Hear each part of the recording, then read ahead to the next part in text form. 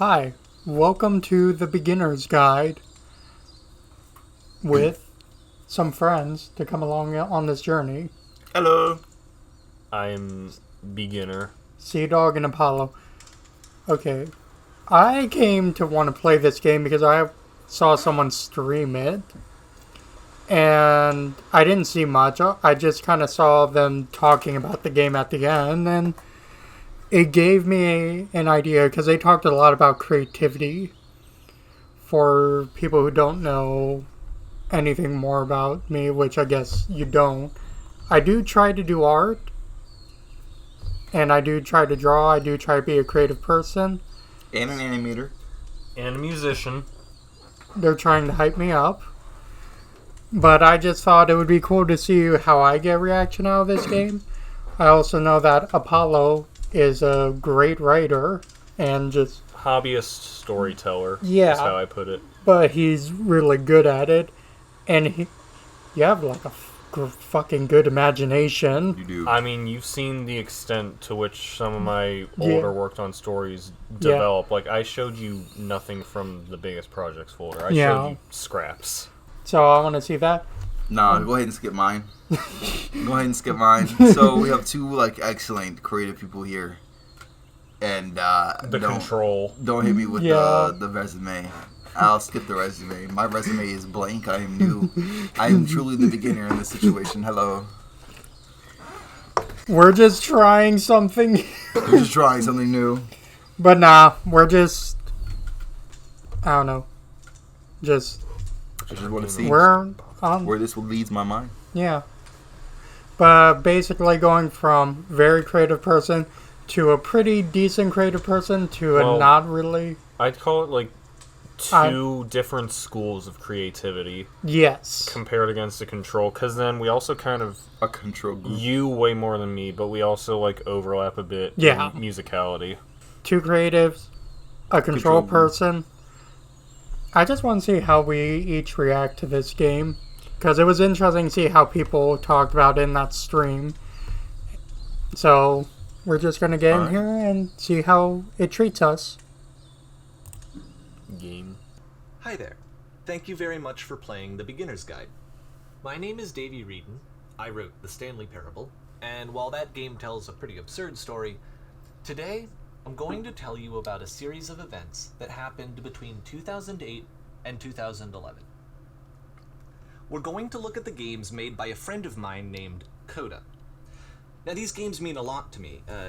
I met Coda in early 2009 at a time when I was really struggling with some personal stuff, and his work pointed me in a very powerful direction.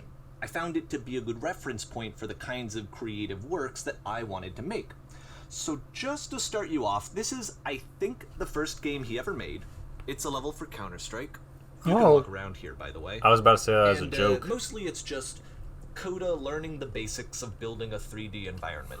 Oh, that's hard. What I like is that even though he starts from the simple aesthetic of a desert town, he then scatters these colorful abstract blobs and impossible floating crates around the level. And of course, it destroys the illusion that this actually is a desert town, and instead this level becomes a kind of calling card from its creator. It's like a reminder that this video game was constructed by a real person. And it kind of makes you wonder, what was going through his head as he was building this? This is what I like about all of Coda's games. I mean, not that they're all fascinating as games, but that they are all going to give us access to their creator. I want us to see past the games themselves. I want to get to know who this human being really is. And that's exactly what we're going to do here. So, it's 2008, Coda starts making these games, and he never releases any of them. He doesn't put them onto the internet, he just makes them and then immediately abandons them, and they sit on his computer forever. And I think he really understood this image of himself as a recluse. At one point, he jokingly renamed his computer's recycling bin to Important Games Folder. Okay, so, this was just how he worked. He tended to crank them out one after the other without even really pausing to try to understand what he had just made, until suddenly one day, he just stopped. In 2011, that was it. He made his last game, and then he hasn't made another one since. And that's why I've taken this opportunity to gather all of his work together, is because I find his games powerful and interesting, and I'd like this collection to reach him, to maybe encourage him to start creating again. And if the people like you who play this also happen to find his work interesting, then I'm sure it'll just send that much stronger of a message of encouragement to Coda. So thanks for joining me on this. If you have a particular interpretation that I haven't mentioned here, or if you just need to get in touch, you can email me at daveyWreden@gmail.com. Okay, that's about it for introduction. Let's take a look at Coda's first proper game. As each game is loading, I'll show you the date that it was completed. This first one was made in November 2008. We get to know the person through the game. Heck? I mean, all I was gonna say for that first level is if, like, Desert Town and Counter-Strike, like, I don't know if you all ever played Counter-Strike at all, but... CSGO. I played twice. I played, CSGO, but original Counter-Strike, I watched my brother play on the big TV. Yeah. I was a fan of YouTubers who played CSGO when I was younger. But didn't that map, like, look familiar to the one? No, because the moment it loaded, I was about to joke, oh, so he made Counter-Strike. Yeah. And then you say, yeah, he pretty much did. I've seen that map. Oh, Whisper Machine. They're shooting. I didn't know I had to shoot. This game is called Escape from Whisper, and it's one of the more generic games you'll see from Coda. Okay, so we must escape and shoot. So this way. No. Go the other way. You can click to fire the gun. Oh, fuck yeah. Okay. Do we have to reload? No? Whisper Machine. Okay. Nope, there's no other buttons other than click. The tone-altered Kingdom Hearts low damage. Mm-hmm. What the? Security call breached. Hostile alien life form. Oh. We got things to shoot. It kind of looks like this game was abandoned mid-development. Oh. It does. This gun, which you'd think would indicate that there are supposed to be monsters or enemies somewhere, but then clearly there are no enemies anywhere. You can't even reload the gun when you run out of bullets. Oh, did you just run out? But ultimately, you don't really know. Maybe Coda thought that actually it was complete the way that it is. And I think that we should talk about his games for what they are, rather than for what they're not. Is that it? Huh. Oh, there's a whole environment out there. Oh wow, we're in space. Generic, nice. The world base. You can see the bottom of the universe from this room. Oh wow. Yeah.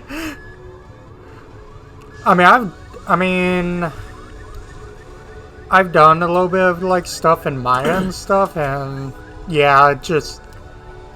Cool. Well, I'll say right now, I like that we were prefaced Apparently with. The space station has a labyrinth on it. Okay. Sure, I don't know.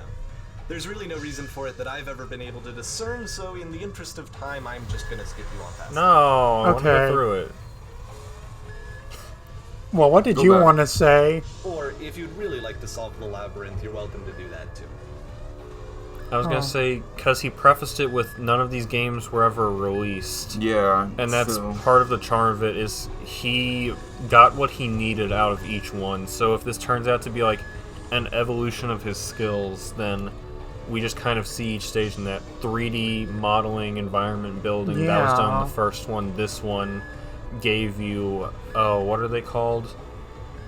What? Well, I'm in, like Gary's Mod Workshop, they'll call SWEPs. SWEP. The sweps. Sweat. Like, this is his first experience really going with, like, weapons, the ammo count. Like, he set an ammo count, but he hasn't made a UI for it, so maybe in the future he develops that.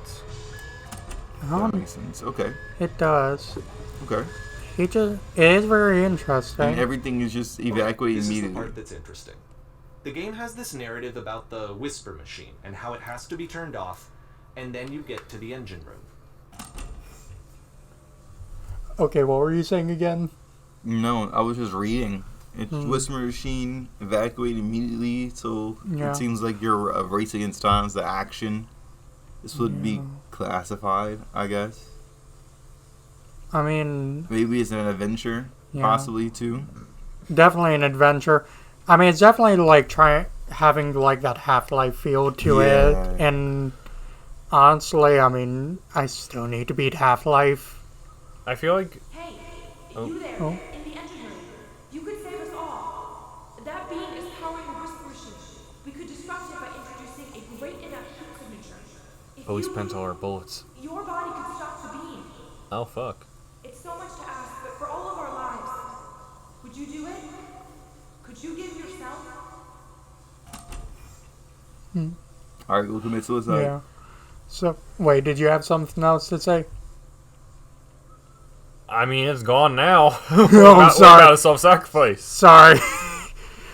Alright, I guess. This is not a branching point, unfortunately. The only option is to step into the beam. Okay. Let me pause here for a second. What you just experienced, stepping into the beam and then dying, is probably what Coda had initially intended when he was developing this level. But when he first compiles and plays it, something goes wrong. There's a bug somewhere. And this is what happens instead. Oh, okay. Let's see what happens. So he gave With the the intended fixed version. Yeah, but what happened when you... Oh, what? Oh, yeah. Oh, God. Hey, now we can solve the labyrinth. Let's go. Okay, so... The beam causes you to start floating. That's... And this is an important moment for him. Because yes, this is technically a glitch, but Coda identifies something human about it. Like how small it makes you feel in the face of this larger chaotic system. Or this floating could be the afterlife, a peaceful place, juxtaposed against all of the hysteria that you've just had to traverse. I don't even know. I have no idea what he was thinking, but what's clear is that after making this, something lodges itself in his brain. He wants to do more of these really weird and experimental designs. So he stops work on this and moves on to a stream of tiny little games that go in all sorts of directions. Let's go ahead and take a look at the first game he made after leaving this one behind. I mean, So 2008. Yeah. Oh, we got backroom vibes. Yeah. I mean, to me, it just like... I hear so much... Not here, I just see so much of just games that... one tiny bug can ruin... I mean, have you guys heard about Team Fortress 2 and So how... try walking backwards. Not yet, man. Can you pause? Can I? I can. Okay. Well, all I'm getting is that... Skip this? Oh, we can skip levels? That feels rude. That does feel rude. But all I was just saying, have you guys ever heard of that Team Fortress 2 banana thing? Banana? Like, Kind of. okay, all I can think of it right now is just how it needs like this certain thing for the game to even function at all. There's one miscellaneous object in the code Yeah. that has no other purpose except for if it gets removed, the It entire breaks the game game. breaks. So they have to keep it in. It's either a banana or it might be like a hat. I swear It's a prop I entity of swear some it's a sort. banana, Why? but Why do they do this? Or was this accidental? It's stuck in. For some Yeah. reason, the code works when it's in. Yeah. And it fucking breaks when it's out. And I guess they don't want to go through all the work of So just... it's a dependency now. Yeah, and it's not like the banana is anywhere you can see it. It's probably just lodged somewhere. Oh yeah, In because the I think bag. doesn't it have to like spawn into every map or something. I don't know that deep into it, but all I know is that bugs are fucking weird, but they can make some great gonna bug me. moments. All It right. can make the game even better sometimes. Or It just, could even make if the it's game. a worse moment, like that moment's original. Sometimes it Yeah. feels part of the experience. It can Yeah. add to a game. Many bugs are celebrated, so Yeah. you're not always a failure. There is a weird vibe with today's games on how everything needs to work the best. That's what it was. It's a JPEG of a coconut. Oh, that's it. Of a coconut. Coconut. Yeah. Coconut safe Team Fortress. All right, but Coconut.jpg is the cornerstone of Team Fortress 2. Yeah. All right, but let's actually get back into Let's the game. game Let's get before we talk for another 30 minutes. This is gonna be a long one. Oh, yeah. You was absolutely not wrong. Okay. So try walking backwards. Yeah. Yep. In this game, you can only walk backwards. Oh. What? Oh, shit. You can. Like, if you guys try, you can. Mm-hmm. So use S. Make your way down the hall. This is going to be slightly scary. Oh, God. Oh, God. Actually, yeah, this is innovative for horror games if they made use of it. Oh, my... What the heck? Huh? So it's a short and relatively minimalist experiment combining motion and narrative. It is less advanced than the previous game, but actually it seems to be more focused, more complete. Coda's trying to give it a unique voice rather than simply basing it on a pre-existing trope. Alright. And there was this way now. Alright, now look. When she stops and looks, it becomes clear. Okay. Oh, is that path gonna... So is the idea that it's changing things since we can't look at them? But if the future is always behind her, how will she find strength to confront it? Look up. It's a short little thought, it says what it wants to say, and then it ends. Didn't need anything more than that. Which to me is why it works, because it gets out quick. Yes. Okay, next one. I actually like that. It's a thinking piece. Okay, horror movie. Okay, first things first. Yes. Can we walk forward? Yes. Confirmed. Okay. But, oh God. I want... So you can only see a certain distance, because I assume, the shadow moves with us. I want shorter games more often than you all think now. Well, we're having games with so much filler now that it's only like in these indie environments that you get the short, quick narratives. You can't pour AAA resources into smaller games anymore. Because they want you to be able to play it for a long time so they get their dividends, their returns. Because it's an indie studio, can make profit off of a smaller game with the same amount of downloads, or even with like half. The indie studios don't have the, I guess the AAA. They don't have status. I don't know how to say it other than they don't need to earn the amount for the publishers like a AAA studio wants companies to do. Like you don't have to make 200 million just to break even, essentially. Like you're doing well already if you're making 200. Well, because like it's three guys in a shed making a story, and then it gets their cult following, or it ends up being like indie game of the year, and they're profiting off of that. They're going for me. AAA studio, even if they made like a 5-man team to tackle any one smaller game, they still have to carry the weight of the brand. Yeah, I don't know, but just like shorter games, you all seen my list of Steam games. I have so many that it's one shot, a short hike, both really short games, both really good. I can go on that.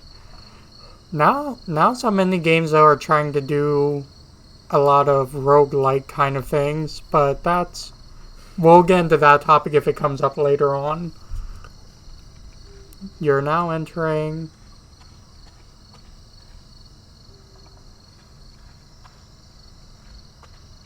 It looks like there's an edge. And that's it. Okay, the meaning of this game won't be clear just yet. Please be patient with me for a few more games, and I promise you'll see what makes it interesting. Okay.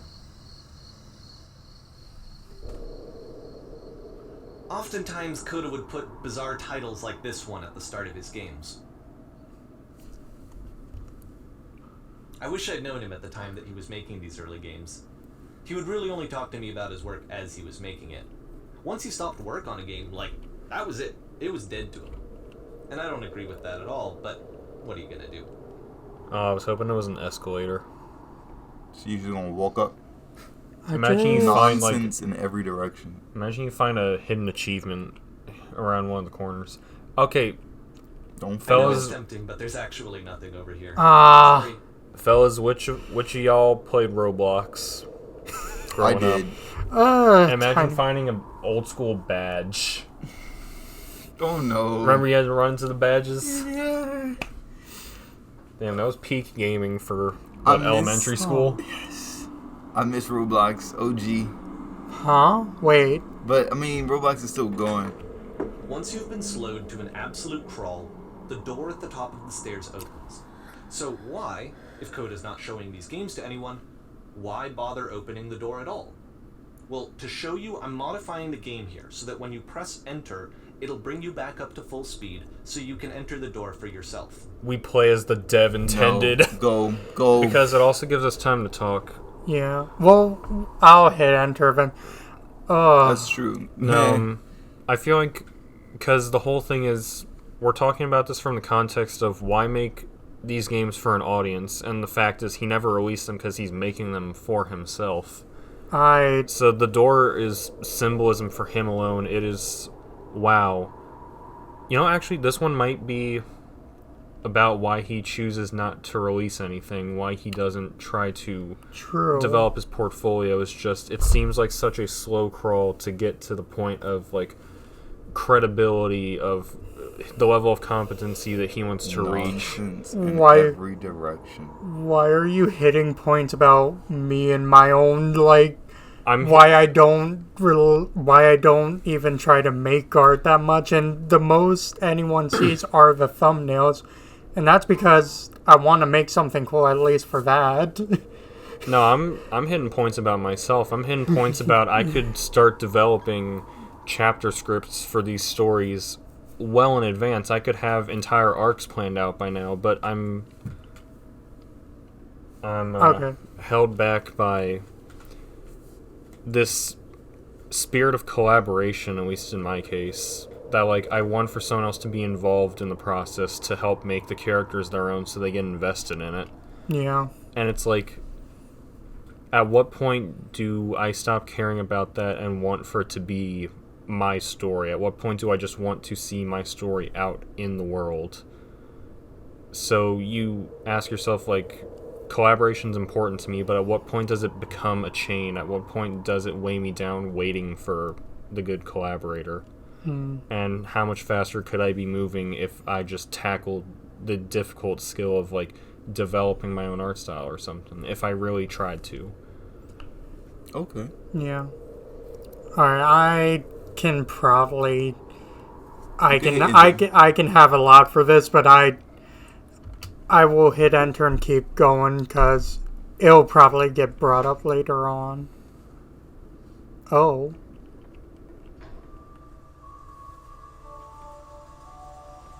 What? Wait, you run a shop inside your own body?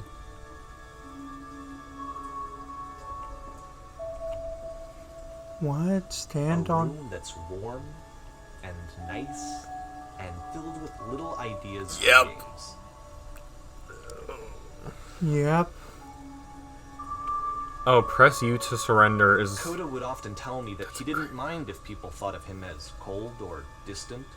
He said that he knew that he was actually a vibrant and compassionate person, but that it takes time to really see that.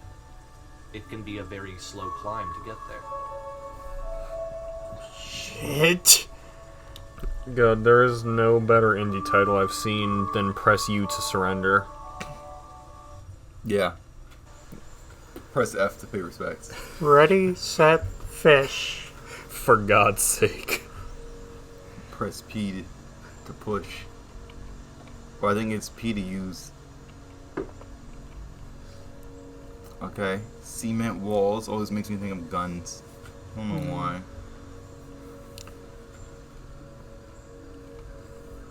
Maybe because of triple... I'm wondering now if Coda helped make the Stanley Parable a tiny bit. Well, this is new for Coda. It's an actual puzzle. Huh. Go ahead and see if you can solve it. Well... Lever. You pull the lever and it opens. Again, experimentation. He's developing his skills in the field. But if I do that... Oh... Don't forget that solution, because we're going to see this puzzle again soon. Okay. We're going to see it a lot. So it's using the same idea over and over again. Which, that's filler in larger games to pad out their watch time, or not their play time. Yeah. It's a slow puzzle. This would be some Uncharted 4 shit to slow the narrative down. So that seems to be it, right? You walk down a corridor, you solve a puzzle, you get to the end. Simple enough. Alright, now I'm going to modify the game again, so that when you press enter, it'll remove all of the walls from this room. I'm scared. It's gonna be a whole town. Oh, wow. He created hundreds of these. Whoa. He created hundreds of these. There was more to it than we had any way of knowing. I actually find it funny that this game comes after the Stairs game, since they essentially convey the opposite idea. So, in the Stairs game, a dull exterior concealed a rich interior. And then, in this level, a dull interior hides this fantastic outer world. Either way, I think that the point is the same, is that most of the time you don't get to know what you're missing, or even why you're missing anything. That's not your role as a player. So if your role here is not to understand, then what is it? No, this is, Respect. well, I want to see if he has... This is a loading screen. Okay. That's what these are, bro. Well, I feel like those two games just was Coda being himself. The first one, hey, like he said, he doesn't care if people think he's cold and distant. He's got a brilliant mind inside, and him having access to that is enough. He doesn't need to prove it to anyone. But then the other game, that was just us stepping into his mind. We were given, like, what he gives us. We only have access to what he gives us. Yeah. And he gave us access to one puzzle and a blocked off room, and there's an infinite amount of creativity beyond that you as the person being let in, you don't get to choose how much you're trusted. Yeah. You only get what you're given, and you have to say that that is enough for you. Yeah, I think Coda just made all these games to cope. This looks no, like... he made them to process himself, is a better way to put it. Yeah, this was personal. This was definitely all personal development. This had nothing to do with us. He just made it the guy who's speaking, David Darson? Yeah, Davey something. Something like that. That man, he just made it so we could see, but this is definitely Codas Therapy. But that's fine, because that's... Let me lean into the mic for that. It's fine that all of these games are just like Coda's way of processing himself and like discovering and figuring out what he wants from what I guess is this hobby, because it lasted only 3 years and he has nothing officially published for it. But that's what creativity is. It's not always to impress. You have ideas of grandeur generally with the idea of creativity, that you want for it to get popular, you want the recognition, the accolades, but at the end of the day, you're doing it because you had that idea that you wanted to get out into the world. I have not started any work on any of the little stories that I've written, and like Taff said, he saw just a glimpse into the biggest one, the one that's been since like halfway through high school that I started working on it. And just that glimpse was multiple hours of non-stop rambling of lore explanations, etc. And it still grows occasionally. It comes up when I think of music that fits the vibe. But at least for now, just having that world exist somewhere outside of my mind where it's safe and I can prune it, filter it, and everything later, that is enough for me. And this was enough for Coda. He just needed to put his thoughts, feelings, and emotions into the game, and then he could put the game somewhere. And he didn't have to hold all of what he's processing in his mind anymore. It existed out in a physical space, and removing it like that helped. It accomplished what he needed it to accomplish. And the personal fulfillment and satisfaction from creating is ultimately more important than doing it to impress anyone else. You create for yourself because you had a desire to create. Anyways, welcome back, Taff. I gave you a bit of filler. Okay, I believe these are loading screens.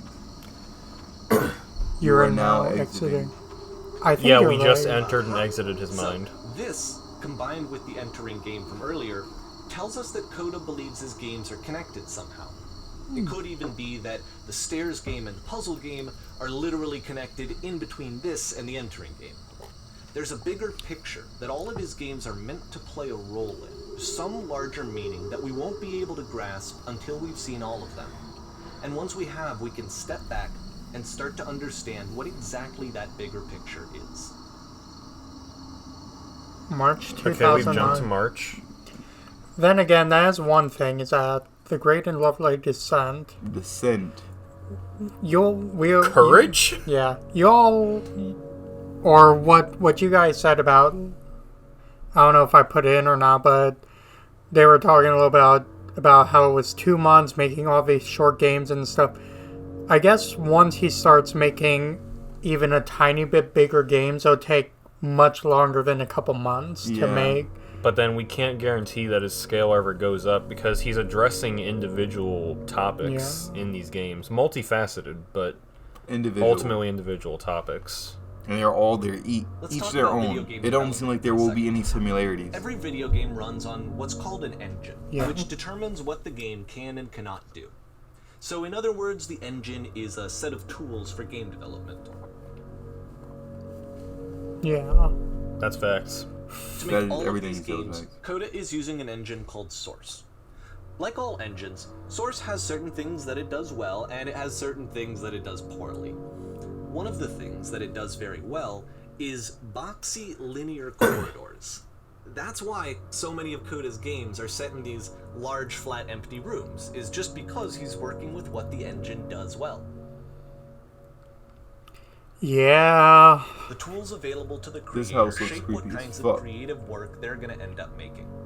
You might consider paying attention to the architecture in Coda's games, to notice how they seem to stem from an engine that's very good at producing linear, boxy corridors. I mean, that makes a lot of sense. Yeah, sharper geometry all around. I mean, I'm trying to think. I mean, I know there's RPG Maker, but that's more for, like, you know, RPGs. The Unreal Engines. Unreal Engines. Yeah. Unreal 5 now, I believe. PlayStation has Dreams. Isn't that just sort of a functional engine? I think so. I forgot what was the other?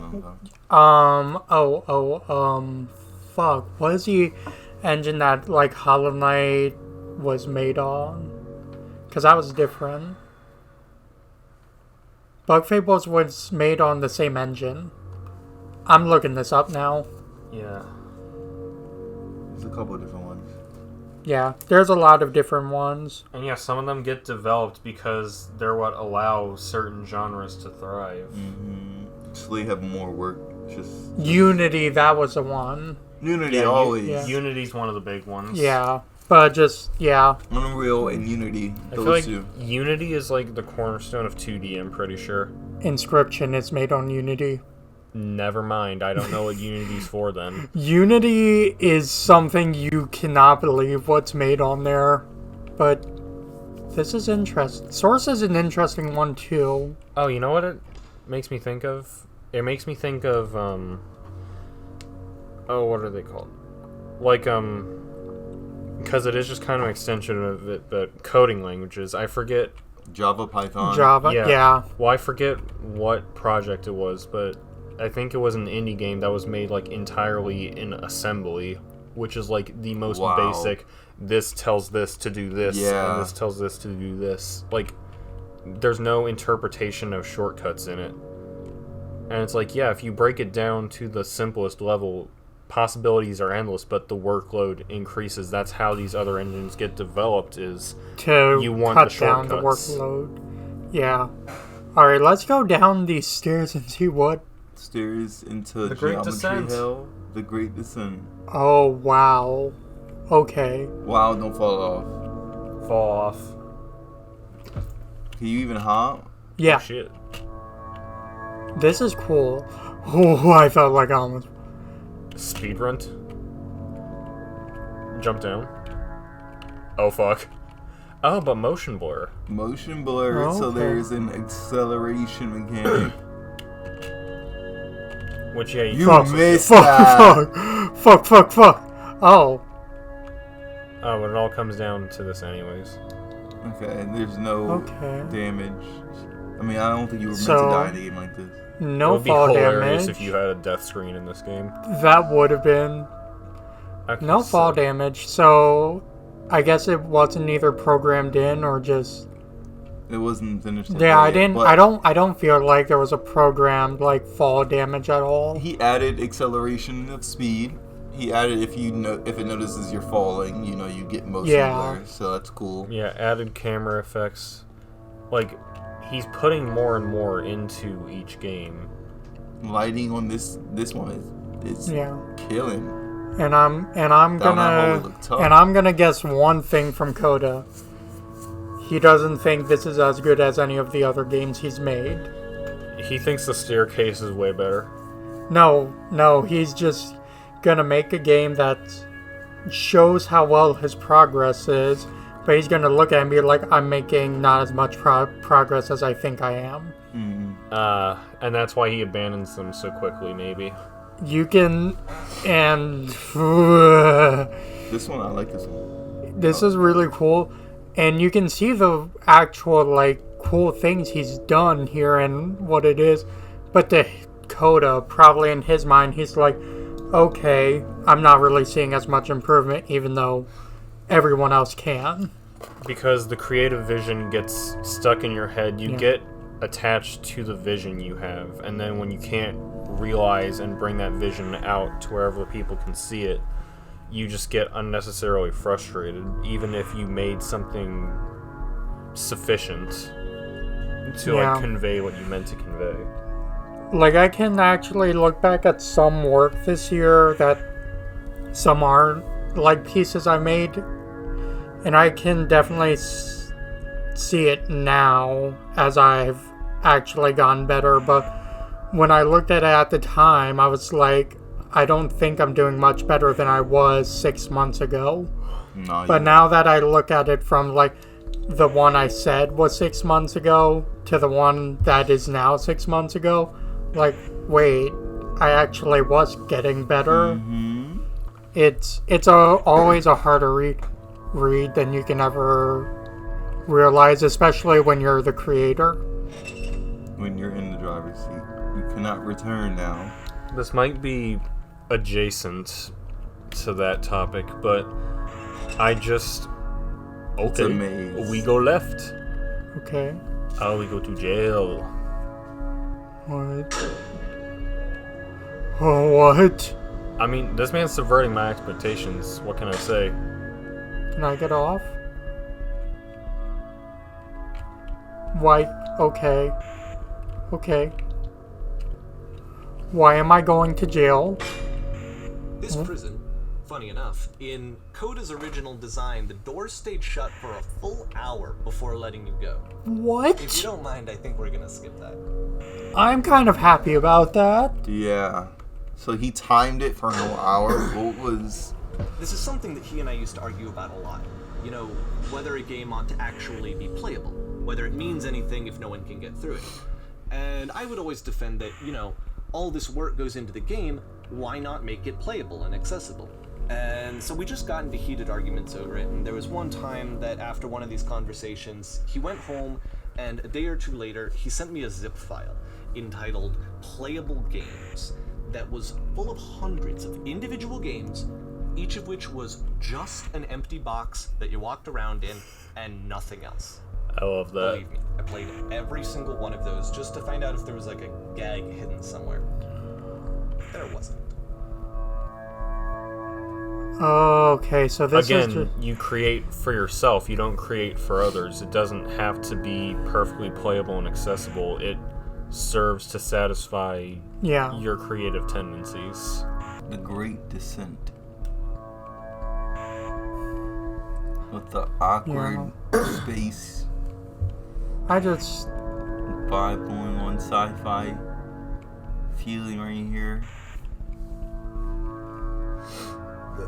Oh. Oh, it opens to an outside world with the sky. It's lit up. But now turn around. Can we see the whole structure we came out of? It's all this one building. That. But we came down from it. There's no. Yeah. Oh, you're right. Because there was like a whole like square that should be like around. Well, no, hey, more man, that we way. Fell out of the fucking sky. All I know is we're in a different world. That is true. It's the puzzle again, with the exact same solution as the last time. Okay. So you pull it. You turn around. You hit that, and you close it, and then you hit this one, and it opens up. Still no clear indication of what makes this puzzle so special that Coda is going to return to it over and over. But I promise I'll share with you my interpretation very shortly. Okay, good, because this one escapes me. It's probably because it's one of the first things he's ever made, and he feels attachment to it. You're right, it's sentimentality. Sentimentality, you gotta... And if it's not that, I really do want to hear what it is. Well, because he said other things in his games were broken, they were buggy. Maybe this is the first thing that worked the first time. So he always like, comes it ain't back. broke, don't fix it.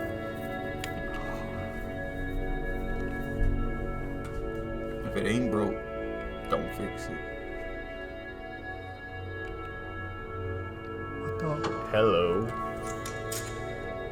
You there, did you come Here, from up Coda above? begins using a kind of dialogue system that he fashioned out of the engine's chat capabilities.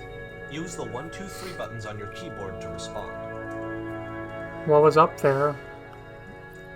Colored blocks. I like colored blocks. I like that There was answer. 3. That's the world above. You've been there. Now this is important. Did you have to get through a puzzle with 2 doors and switches? Yeah. Okay, the dialogue options didn't have to branch for the other one, but I feel like this one the responses do actually branch it. Yeah. This one here is weird to me because it's like... But just a straightforward question. Did you get through? A puzzle with 2 doors. Okay. Well, yeah. No, there could be a hidden meaning. I'm just saying, for this to be abrupt, do you want to answer honestly or no? Are you suspicious? Should we be truthful? You could also just I say give him the truth. Who cares? I want to see what the truth tells us. Again, perfect. Now please, tell us how you solved it. Tell us the solution. Tell us how to get to the other side. They don't want to go over there.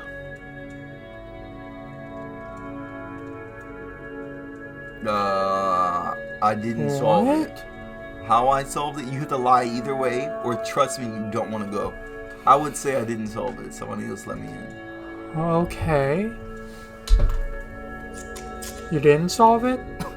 So you have learned nothing? You cannot help us escape this prison? You're not the one I need? Surely there will be someone else. What? So what happens if we do agree to help them? Or not? I don't know. We were never going to get the option to help them, because we were only going to tell them to not try and escape. Wait, what? Hello, did you get there? Was there a puzzle you had to pass through? No. Do you want to know how to solve it? I've been right here this whole time. I suggest you go and see the puzzle sometime. It's not meant to be solved, but you can see in the black space in the middle. Who are you? No. No? That's the computer speaking. So what happens if I solve it? Yeah. Not sure, but if I have any suspicion, what you find won't be worth what it takes. Oh, I didn't get to see it all. You'll have another chance to solve it soon, is what he said. So wait, you could sit in the blank space in the middle. But what does that even mean? There's no puzzle. There was no puzzle. And so we make one last descent down to the final floor of the level.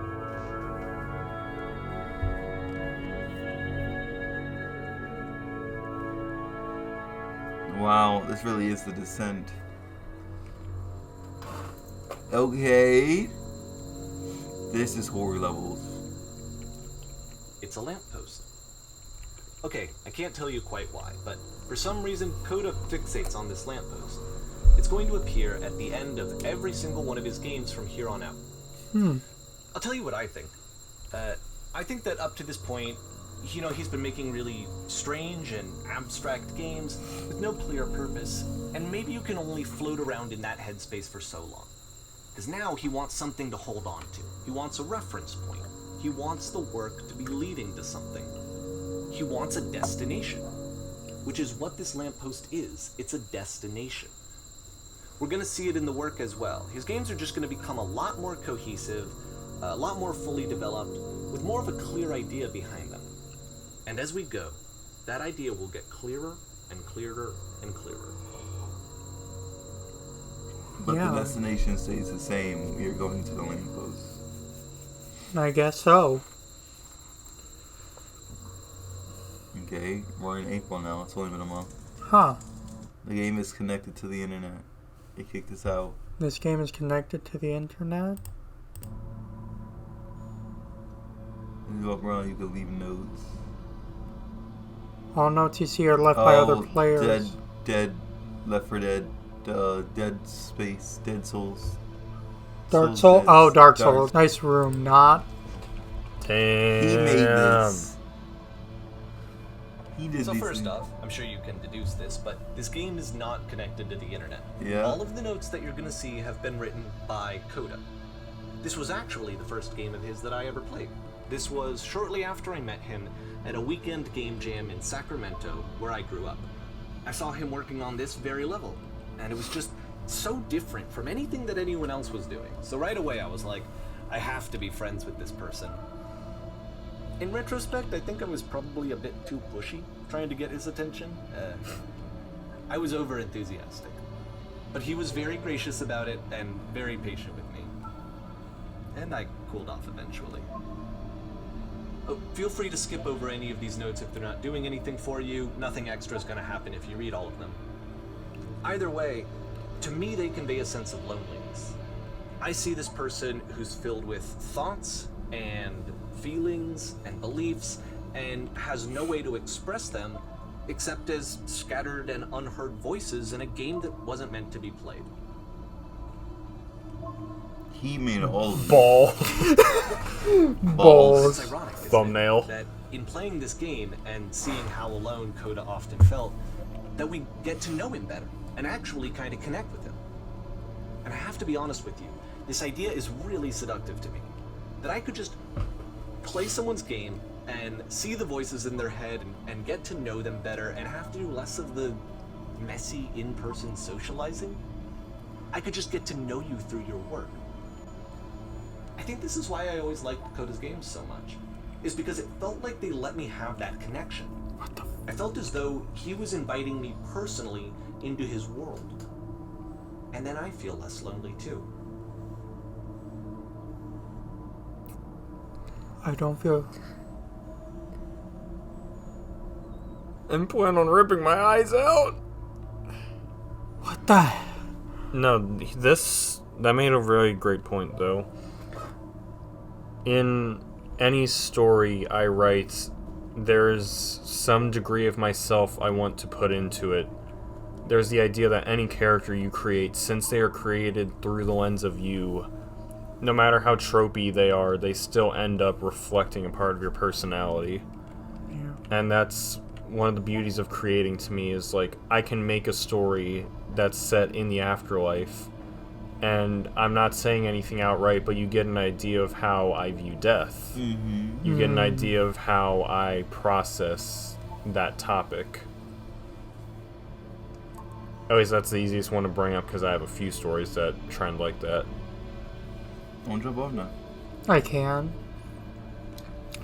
I'm in a little bit of both of, you can have parts of it.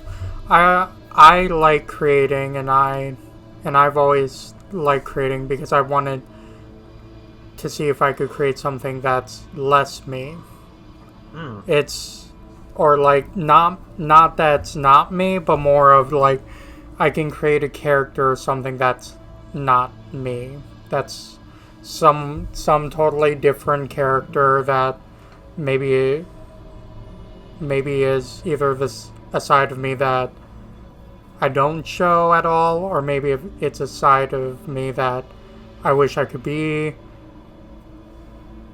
or just some character just coming to me all of a sudden.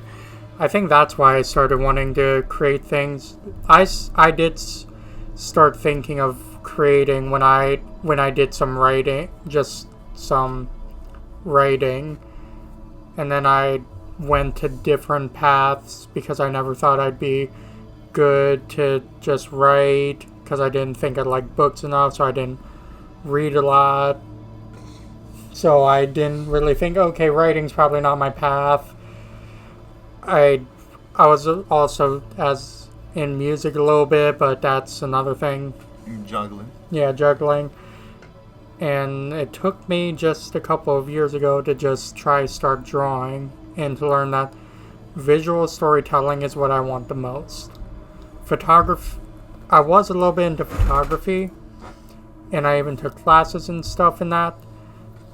But when I think to it now, especially one of my senior high school classes, is I was more making a visual story as best as I can through photography. And now I'm wanting to draw because that can express me even further out. I guess I understand putting yourself in the game, but I also understand if you want to make something that's not even yourself. But I think that goes into the idea of there's who you've been and who you want to be. Because there's a degree of myself I'm putting in there, but I'm not showing the world like who I am. Again, we all have our online names for this channel, or just for our online identities in general. Those exist so that we cannot be ourselves, so we can just be what we put into this persona. Apollo is only what I have said through him and what people think of him. But he is not you. But that's the thing, I get to choose what is him, and in that choice I have a freedom that my pre-established identity I've built over the course of my life with people I know, that is not restraining me, so I get to choose who Apollo becomes. Yeah. And it gets a bit addictive when you're a writer, when you get into character creation. You get to choose how a person lives, acts, thinks. Yeah. It's a freedom you don't get in your everyday life. You can have your own thoughts and opinions, but ultimately you will most likely behave in a way that is socially appropriate. You will bite your tongue when you need to not piss off a friend, or you'll get abrasive with them when you feel, damn, doesn't matter to get over there. Damn, these thought bubbles. Honestly, fuck the rest of that thought. These thought bubbles are fun. Yeah. Yeah. I just... Oh. Coda thought of all of these. This isn't no why. I just... I'll get into that if you're... I'll get into something I want to talk... I've made this channel so far with very little talking of me and more, I guess, personality from Taff. It's been a lot of just playing games, and I mean, I want to say if you saw a lot more later in my latest Tunic video or my latest Sonic video, I tried to be a little more talkative in those videos of just me, of Taff. And I like that. And bait. That is. You can't fall off though, but that is excellent as your bait if this is real Dark Souls. I saw somebody down there commit suicide. That's excellent bait. But yeah, no. Taff as his persona for, I want to say a year now. I've been making these like videos for a year. It's just been not a lot of talking and more just going through games. Even my, I guess, last video I made, Ultra Kill, went back to that more style. And while I just like playing games, I want to try to be a more personality in myself, and holy crap, is this not the game to get a sense of who I am as No, you're getting Taff. a sense of who is Coda is. That's what we're doing. We're getting a sense of Coda, but in this video, you're getting a sense of also me and Apollo, and also Sea Dog as control. You're the control. But just at the end, I am this person who wants to do more with even this channel, even if it's just being a little more personality talking wise than a silent person who only remembers to talk when they can. Yeah, I've been dominating a lot of the like verbal space in this, but that's just because I am like constantly introspecting, and this game is just the opportunity to talk about introspection, at least as I'm taking it. Oh yeah, this game is... Is this not introspection, the game? Of Coda? I mean, I guess it's not, because it's not Coda talking, it's the other dude. Yeah, but it's a study. It's a case study. Yeah, I was about to say it's a At the end deep of this dive. level, we're going to see the puzzle again. And here, I'll tell you what I think the puzzle means. Each of these games represents an idea that was on Coda's mind at the time that he was making it. And the puzzle is a way of closing the door on a previous chapter of his life before moving on to the next one. Interest. I like the ding. It's like a Final Fantasy screen. Oh, so does that make the lamppost like the sort of light bulb of like, games, oh, after exploring a theme that, he might find difficult, Coda can then place this puzzle that he knows has a reliable solution, he understands exactly how it works, and so it gives him a simple mechanism for moving on.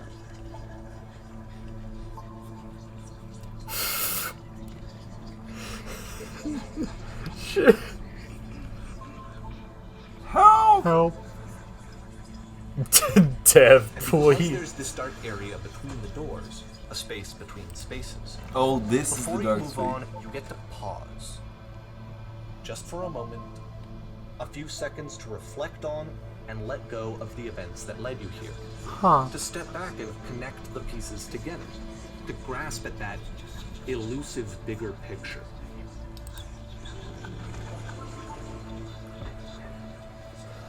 Interesting. I was... There's one in a long hallway. What the... I'm hating that sound. What the fuck is that sound? Typesetter. Typewriter. Oh, nah, get me out of here if you I can. thought it was a fucking arachnid. Are you there, please? Give me something to say. Oh my god. May to June 2009. Porn stars die. Okay, this one is tough. It's gonna kind of just spin its own wheels for a few minutes. Hang with it. Okay. Alright. Oh, so We're just... Are we just... Oh, okay. Alright, let's... We're gonna... this man makes thin doorways. He does. Ooh, That that's is aesthetic. cool. Yeah, that's That dope. is cool. The same picture. Same picture. Okay. Hallway is longer. Same thing that we just Yeah. walked down. We looked at the same picture in the same hallway that we just walked. Oh, is it? This is Oh. the grass. Oh, now we're in the See, well. like, this is it. The whole game. And there's nothing that's particularly interesting about it. You just walk to the end of a hallway. Yeah. Except, for some reason, Coda gets really fixated on this prison that has all of this modern furniture. And I don't know why, but he decides he needs to revisit this prison. He's going to start over, use the same assets, turn it into something else. Okay, cool. Here's version 2. Alright. Let's see. Nothing. Oh. True minimalism.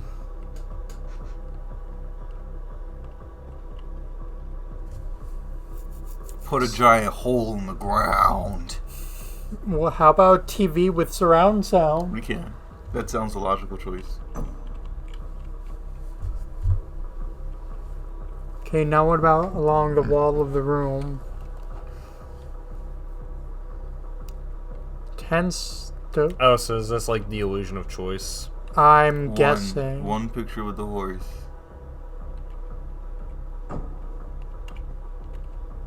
Yeah. Oh.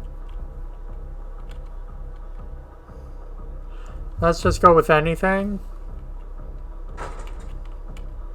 Yep, because it doesn't give us a choice. Tables. Where exactly are you doing this from? Tables were invented in 1935. By James Tables. Yep. Because then it makes its own Oh, hi. There's a bit more to this one, but still, it's not really communicating anything. It's kind of just weird for weirdness' sake. thing. Yeah. Picasso? So, okay, he throws it out and starts over. This time he comes at the prison idea from a different direction. Okay. Walk forward. Walk towards the room. Okay, well, this one is giving a little bit more than the last one for sure.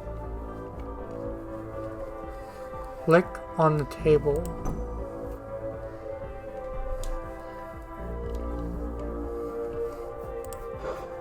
Now turn the floor lamp in this room off, then turn it back on. To the right. There.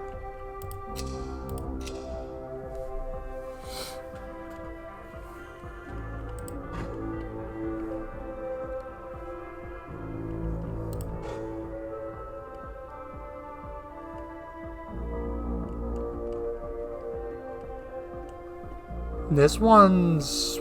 what?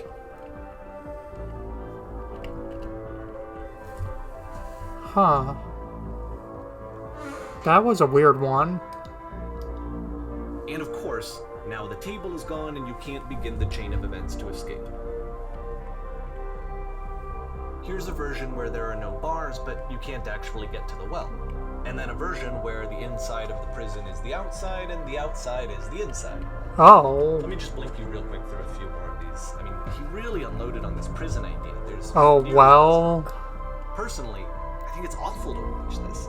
To see a person basically unraveling through their work. And for what? Like, at what point do you just go, maybe there are game ideas other than this prison that I could be working on? But Coda doesn't have that voice telling you to stop. That particular mechanism of defense against yourself. Without it, you just spiral. And so he keeps going and going and going and going and going. And then he hits on something. And he likes it. And that's it. He's done. He stops making prisons. This is the very last version of the prison game that he created. And the reason I think it works is that the prison is not actually in it. okay. We're always going to a lamp. Keep that in mind. Yeah. That is the end of the game. We're passing houses. Yeah. He just got so fixated on making that game as perfect as he could for him. Not for anyone else, for him. He was making something, and everyone else can just look at it and be like, what the heck? But for him, he's like, I need to get this right for me. With that, when that fixation just hits, you know it.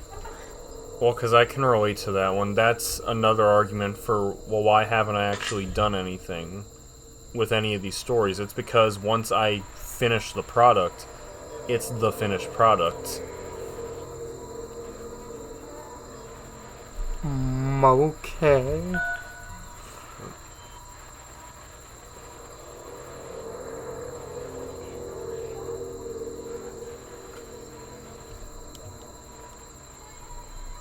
It's a conversation. And so this is what Coda wants, is to be able to talk to someone, to share what's on his mind, and to get some good advice from someone who knows. But the irony is that even in this scenario, you're still talking to yourself. You know, all of these games so far are Coda talking to himself.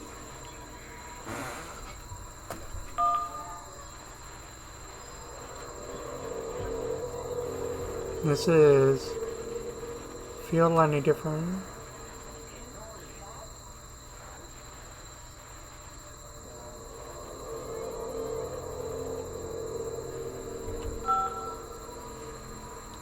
This definitely is.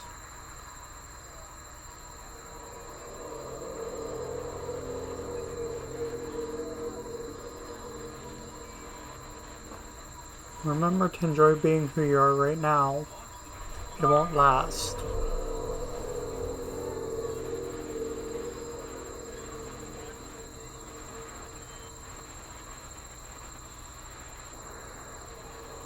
No, I think I'm the first person to get called that.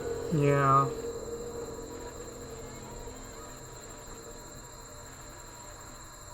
Okay.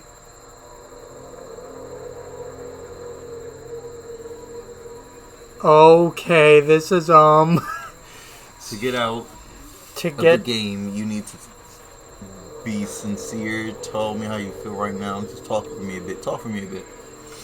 To get out of this prison. To get out of the creative slump, talk to someone with a fresh perspective. Not just that, but to just talk with someone. Just talk for me a bit. Yeah. Get out of your own head. Yeah.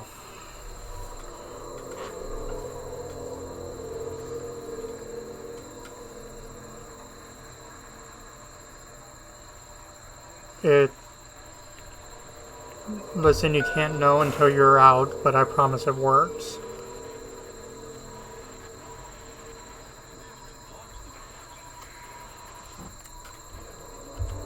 Yeah.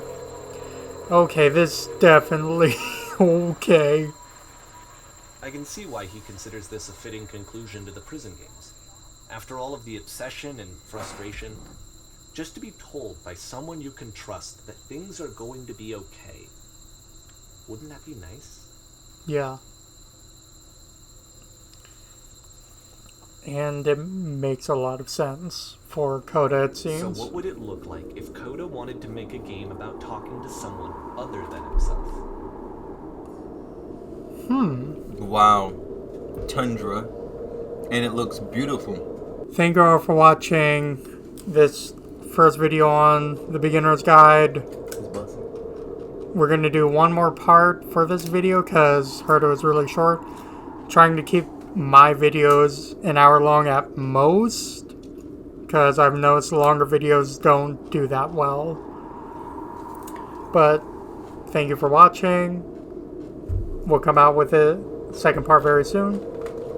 See you all later. Bye. Adios. Later.